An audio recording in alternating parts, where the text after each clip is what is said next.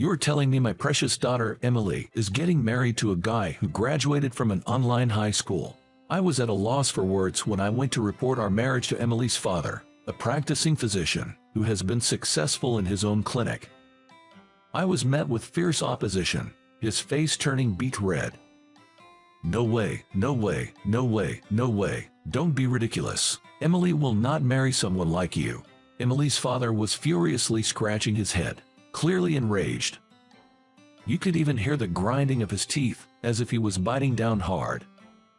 Emily is my precious, precious only daughter, and you expect me to give her to someone with such a low education. If she marries a lowlife like you, even our grandkids will turn out stupid. Absolutely not. His voice cracking in places, he yelled at me. Having dated Emily for a long time, I had assumed her father would give us his blessing, but at that moment, I couldn't respond. Overwhelmed by the situation, Emily ran out of the house. Neither Emily's father nor I could have imagined the situation that would arise in a few years, far beyond any disagreement. My name is Addie. I've been childhood friends with the girl next door, Emily, playing together since we were little. I'd go over to Emily's house to play, and she'd come over to mine. Close to graduating from preschool, we were sitting on a sofa at her house eating ice cream, when we made a promise: let's keep eating ice cream on this sofa when we become elementary students. Not just as elementary students, even when we become adults, even when we're old. Let's get married when we grow up. Yeah, those are some of the good memories of the promises we made. Emily's mother and my mom always warmly watched over us being so close. Emily's mother passed away unexpectedly when we were in elementary school. The cause of her passing was cervical cancer. During the funeral, Emily clung to her mother's casket, crying the entire time, and seeing her like that made me cry buckets too. And while crying, I apparently told my mom, "I'll protect Emily." I don't remember saying it, but as Emily became gloomy without her mother, and I spent every day comforting and being with her, I truly started to feel the need to protect her. Emily's dad, called Robert, was a doctor well trusted in our local community in a place that could be compared to a well-known suburb in Illinois. Though primarily an internal medicine physician, he would also see us for head injuries or other ailments and help decide whether we should go to the larger hospital in town. But usually, his treatments and medicine did the trick. Ever since I was born, for vaccinations during preschool and for the slightest cough or stomachache, I was taken to Robert. I hated shots and always cried, but since Emily was by my side, they would have us get vaccinated together. Those are now fond memories.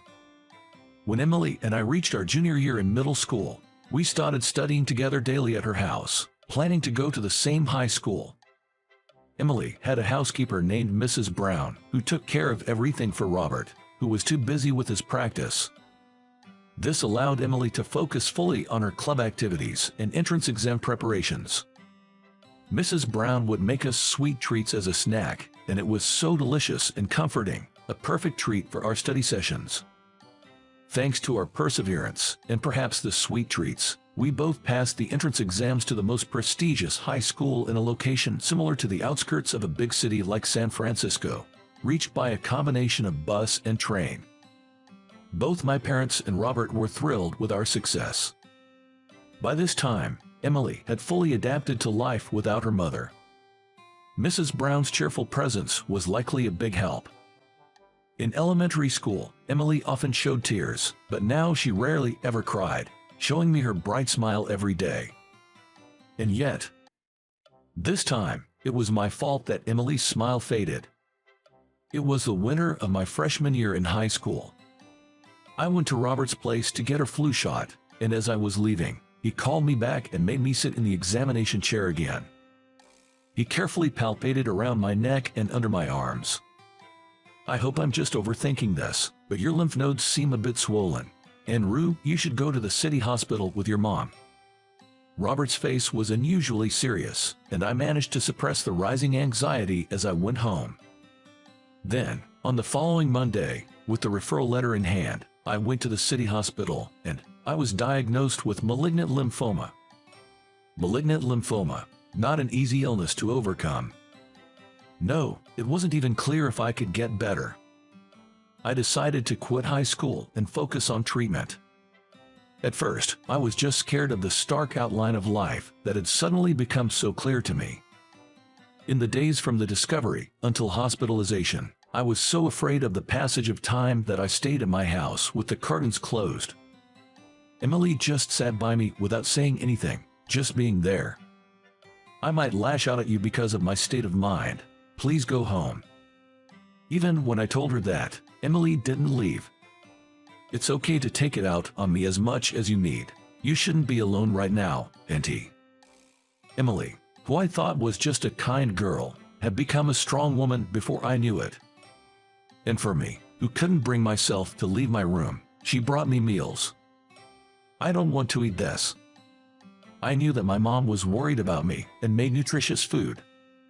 She was trying her best because once I was hospitalized, I wouldn't be able to eat her home cooking for a while. But still, I said that. You don't have to eat it all, just try a bite while it's warm. Emily said that and scooped a spoonful of the cream stew my mom had made and offered it to me. I don't want it, I said, even as I was crying. Then Emily forced the stew into my mouth. The taste of that stew was sweeter, creamier, and more vegetable flavored than any I'd had before. It was just the best. Before I knew it, I was clutching the spoon, crying, and had finished the entire plate. Emily. What is it? Emily, I will definitely come back. I'll get better for sure. When I'm discharged, please let me eat your stew. Okay, I'll learn how to make stew from your mother, so I can cook something really tasty for you, so you have to get better and come back home. Saying that, Emily hugged me. We cried and held each other tightly. I couldn't break the promise I made with Emily. I swore in my heart that I would overcome any treatment. But as I swore, the treatment for lymphoma was no small ordeal. The drugs wreaked havoc on my organs, and radiation therapy made my hair fall out. Especially hard was when a patient in the same room had a sudden change and didn't come back. The thought of possibly ending up like that myself one day.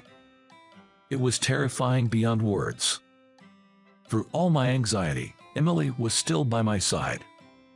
After her club activities, she would visit me in the hospital every day, and we would spend time together in the lounge until the visiting hours ended. She talked about what happened at school today, how Robert was worried about me, and even the love stories of our classmates. Although I had to drop out of school, I felt like I was still attending because Emily shared stories with me every day. This went on for a while. Thanks to the doctors and nurses, my illness gradually improved.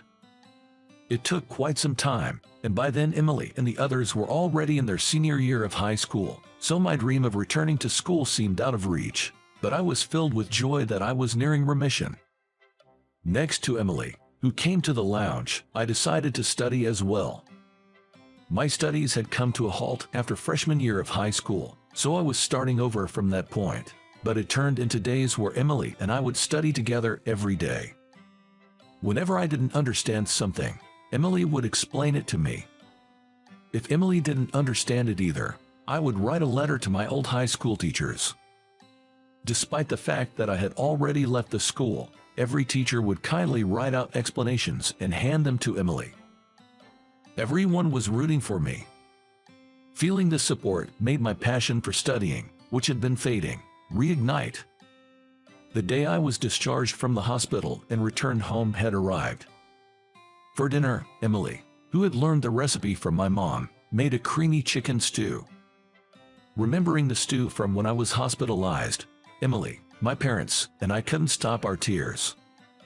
Even after starting rehab at home and being declared in remission, it wasn't smooth sailing, but it was definitely easier than when I was hospitalized. Emily decided to become a nurse, influenced by my time in the hospital. She was inspired by seeing the nurses working as key players in the hospital. Watching Emily work hard at nursing school, I decided to attend a correspondence high school. I aimed to get the qualifications for university admission and, if possible, I wanted to become a doctor. Now that I was getting better, I felt a strong desire to heal sick people, just as I had been. Once I started at the Correspondence High School, I studied fiercely. Emily was still by my side, reviewing what she learned at school that day, while I worked on past university entrance exams. I knew that other guys my age already had cars and motorcycles, taking friends out for drives, or treating them to meals at fancy restaurants with money they earned from part-time jobs. I felt apologetic for being an exam student at this time, but Emily didn't seem to care about it. "Let's progress at our own pace. I'm happy enough just seeing you getting better," she would say.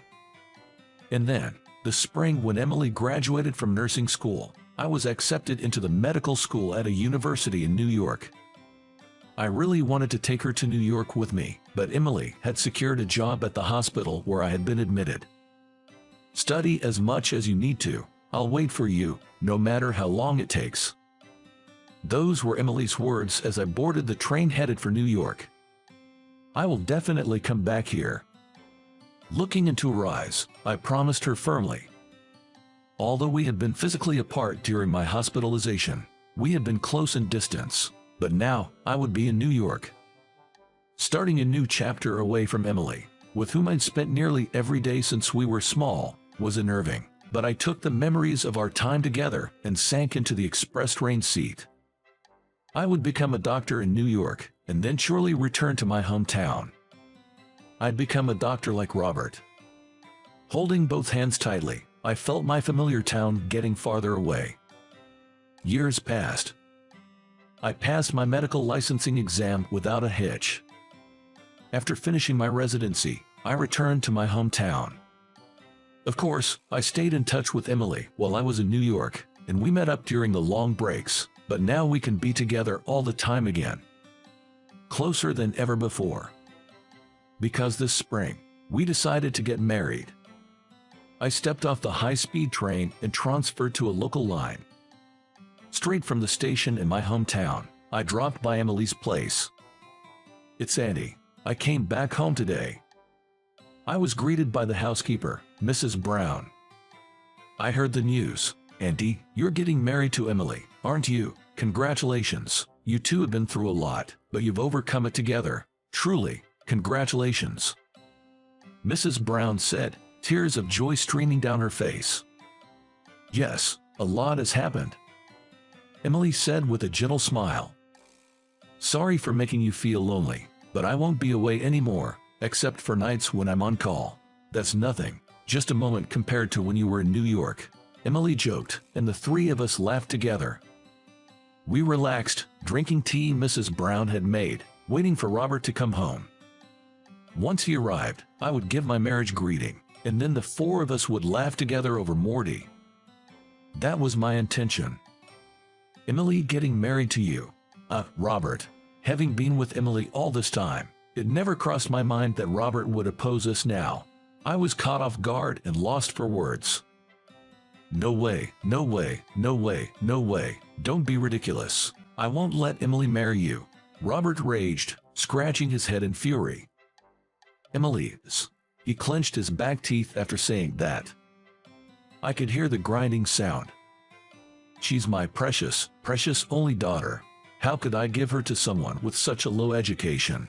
Your kids would turn out to be fools." "Absolutely not." Robert's voice broke in places as he shouted at me. I realized something was wrong. Although we hadn't met recently, I've known Robert for a long time. He really isn't the type to say such things. "Dad," Emily stood up with a clatter. "How can you say such things to Andy? Just because you have a graduate degree. Calling him low-educated makes no sense. You know we've always been together, Dad. I can't believe you would say such things. Unbelievable." With that, Emily stormed out of the house, her face flushed with anger. "That's right, Robert. You know how much these kids care for each other. Emily's right.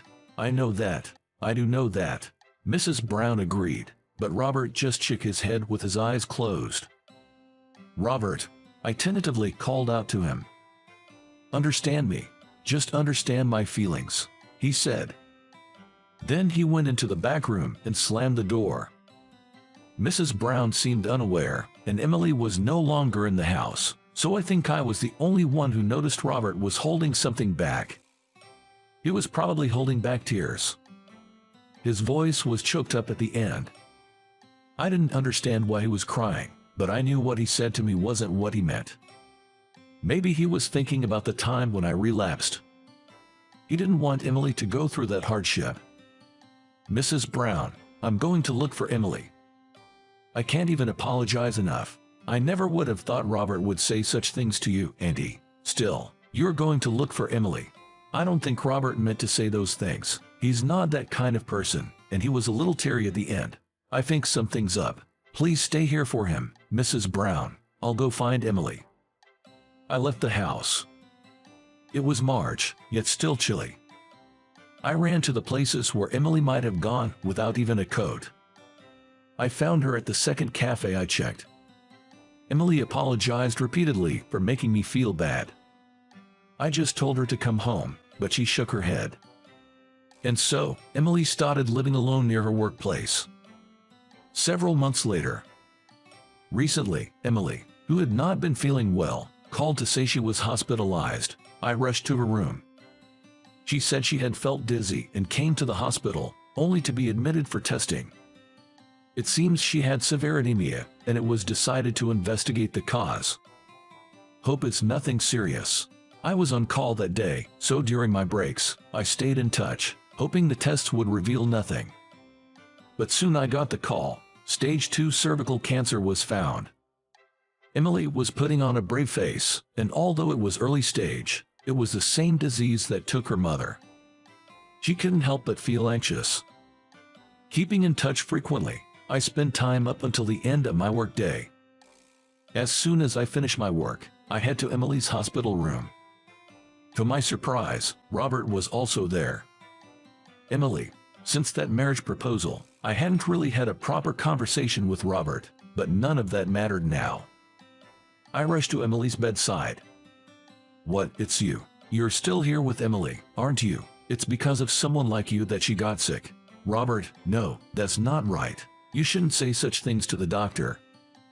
A junior doctor who seemed to have been explaining Emily's condition to Robert hurriedly tries to stop him. I'm terribly sorry, Dr. Bennett. He has been quite confused and upset. You don't have to use such formal language with this guy. No, Robert. This is Dr. Bennett. He graduated from a prestigious medical school in New York and went on to specialize in surgery. He's one of the top young doctors at this hospital and has successfully performed many cancer surgeries. It's said that you're in safe hands if Dr. Bennett is in charge. He's that kind of doctor. This guy, a doctor, a surgeon who graduated from a prestigious university in New York. Robert stood frozen as he looked at me. That's right. After graduating from a correspondence high school, I too became a doctor in New York. Now, I'll be the primary physician for Emily. I will ensure the surgery succeeds, even if it costs me my life. Please, entrust Emily to me. For a moment, Robert's eyes darted about in shock. Dad. And he studied hard and made it into the competitive science program at a prestigious university in New York. And he really excelled at the university and became a doctor. I want Andy to perform the surgery. I don't want it any other way. Emily said softly. Robert, I've performed many surgeries for cervical cancer. I want to provide Emily with the best treatment possible. Could you please entrust me as her primary physician? Andy. Snapping back to reality, Robert took my hand. I couldn't protect her. I regret every day that if I had paid more attention, I could have discovered her illness sooner. And now, to have Emily stricken with the same disease. When you told me about your intention to marry Emily, I said terrible things to you. It wasn't what I truly felt. I just couldn't bear the thought of letting Emily go. I wanted to keep her close, but with you, Andy, I had no reason to object. I thought I had found one reason to oppose and said those things. I don't know if it's too late to ask for forgiveness now, but I do want your forgiveness. Robert spoke with a choked voice, gripping my hand tightly. Robert, please don't worry. I knew that wasn't what you really felt. And Emily, she was angry, but deep down, she loves you very much. That's why she contacted you immediately after finding out about her illness. Let's fight this disease together. The junior doctor, who had been explaining the test results, seemed to read the situation and left the room ahead of us. The three of us joined hands, promising each other a successful surgery. After that, given Emily's youth, the surgery was performed promptly. I was the surgeon, and the operation was a success. 5 years had passed since then. As her primary physician, I judged the chance of recurrence to be extremely low and concluded her treatment. Once again, Andy, thank you for saving Emily, and for the awful things I said to you, I want to apologize again. Robert said, bowing deeply in the car on the way back from the hospital. No, Robert, please lift your head. What I did was merely my duty as a doctor. Besides, I learned all of this from you. Watching you dedicate yourself to community health care inspired me to become a doctor. If Emily's illness is cured, it's thanks to your efforts, and you saved my life, too. If you hadn't noticed the swelling in my lymph nodes when I was in high school, I wouldn't be here right now. We shouldn't talk about that time, Andy. Emily interrupted, tears welling up at the memory.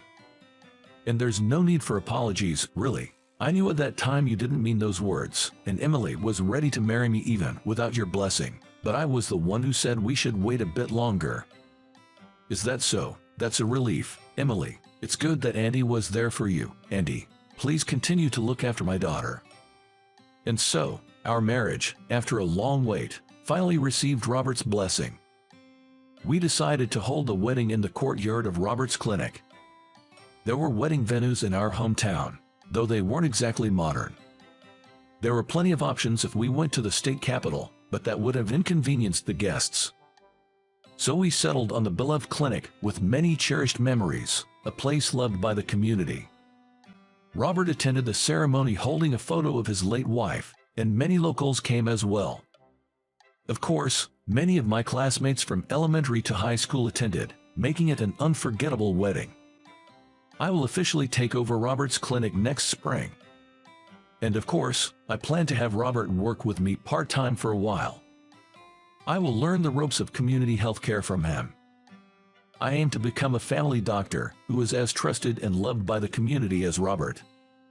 The real start begins now.